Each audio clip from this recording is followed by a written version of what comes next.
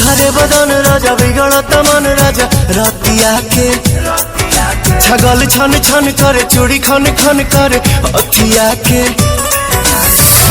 कहीं तो धाई रौर गोड़ लीना बाटे कमर कमजोर पिया छोड़ दीना बाटे कमर कमजोर पिया छोड़ दीना।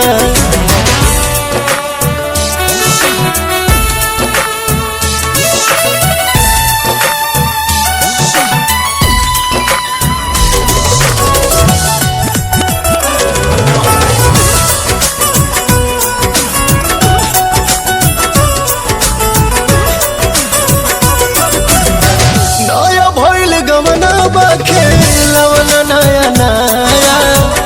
अपना में हर पतनी कोई दिन दया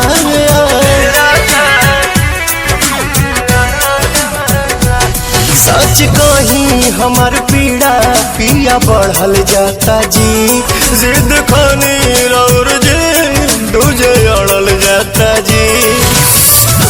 से हचकाई के ही लोर दीना बाटे कमर कमजोर पिया छोड़ दीना बाटे कमर कमजोर पिया छोड़ दीना।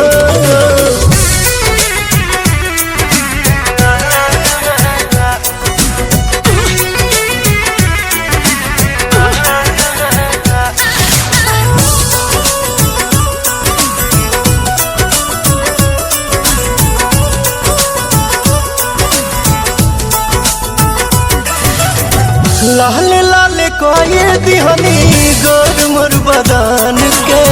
प्रिंस पिरियन सुआदत भइल बा पवन के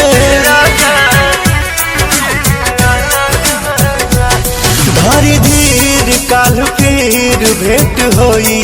पिया भले सन डे परेशान में न धोई पिया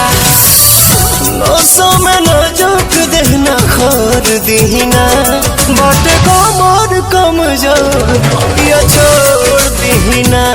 बाटे कमर कमजोर पिया छोड़ दीना।